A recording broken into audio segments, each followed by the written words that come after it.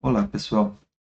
Na aula de hoje nós vamos falar sobre alguns aspectos relacionados a metabolismo, energia, açúcares ou carboidratos e respiração. Inicialmente falar um pouquinho sobre essa relação entre energia e metabolismo. Metabolismo são reações químicas que ocorrem no interior dos organismos. Inicialmente esse conceito é atribuído às células. Conforme eu comentei com vocês, a gente pode interpretar todo organismo multicelular como uma colônia de células. E, na verdade, as células quem fazem as coisas acontecerem em todos os organismos. Então, podemos entender também metabolismo celular, no sentido estrito, como metabolismo. E um exemplo de reação metabólica é a reação simplificada da fotossíntese. Na presença de luz, CO2 e água são convertidos em açúcar ou carboidrato e ocorre a liberação de oxigênio. Essa é uma reação metabólica.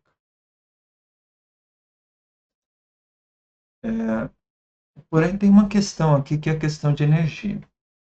CO2 tem baixo nível de energia, a água tem baixo nível de energia, muito baixo. E açúcar tem nível de energia alto.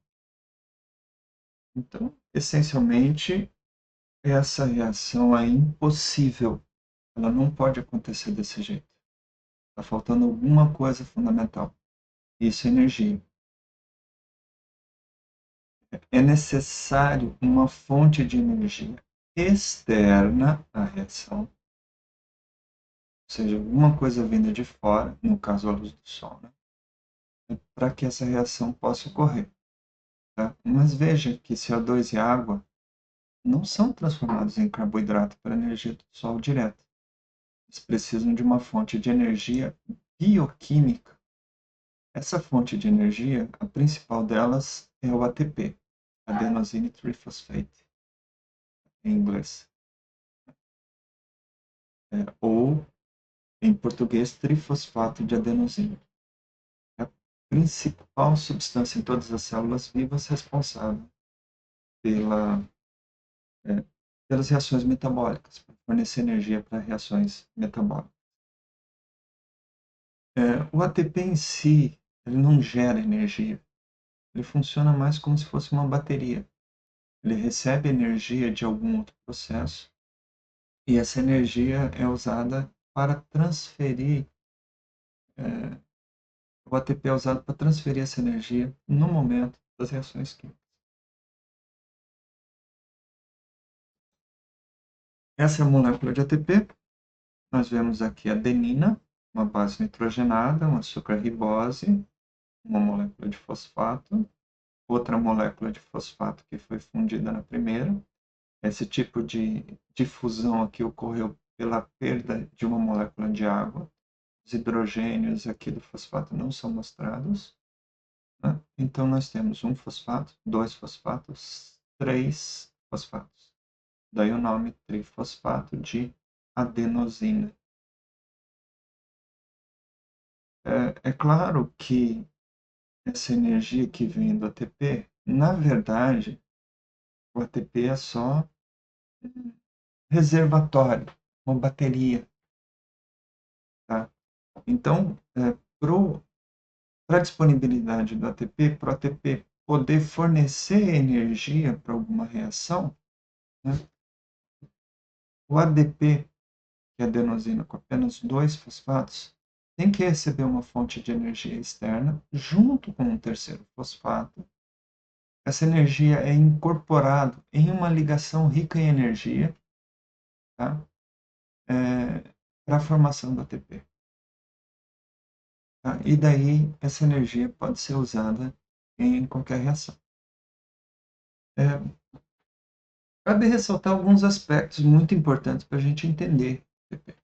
Primeiro é que ele é extremamente reativo, ou seja, o ATP pode reagir não só com o seu alvo, né, com a molécula-alvo, mas essencialmente ele pode reagir com membranas, com proteínas, e essencialmente vai transferir o fosfato nessas reações. Ao fazer isso, ele acaba prejudicando o funcionamento celular. Então, o ATP não pode ser produzido à toa, digamos assim. A produção do ATP deve ser essencialmente direcionada ao seu uso. O processo de produção de ATP deve ser altamente ligado ao seu uso. Por essas mesmas características, não há como armazenar ATP. O ATP produzido é usado muito rápido, essencialmente em segundos ou milissegundos. Esse ATP, pelo mesmo motivo, não pode ser transportado nem de uma organela para outra. Tá? Então, o mesmo ATP que é produzido pela fotossíntese, por ação da luz solar direta, não pode sair do cloroplasto. Produzido no cloroplasto é no cloroplasto. Ou seja, se o citossol precisa de ATP, precisa gerar seu próprio ATP. Se a mitocôndria precisa de ATP, precisa gerar seu próprio. Esse processo de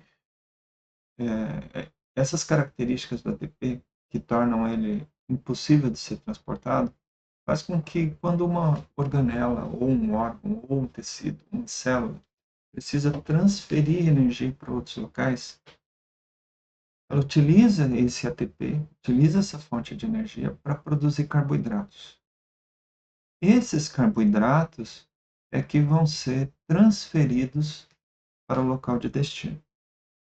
E quando é necessário o armazenamento de uma energia excedente, então dentro dos plastídeos, pode ser cloroplasto, neoplasto, dentro do plastídeo ocorre a conversão desse açúcar solúvel em amido.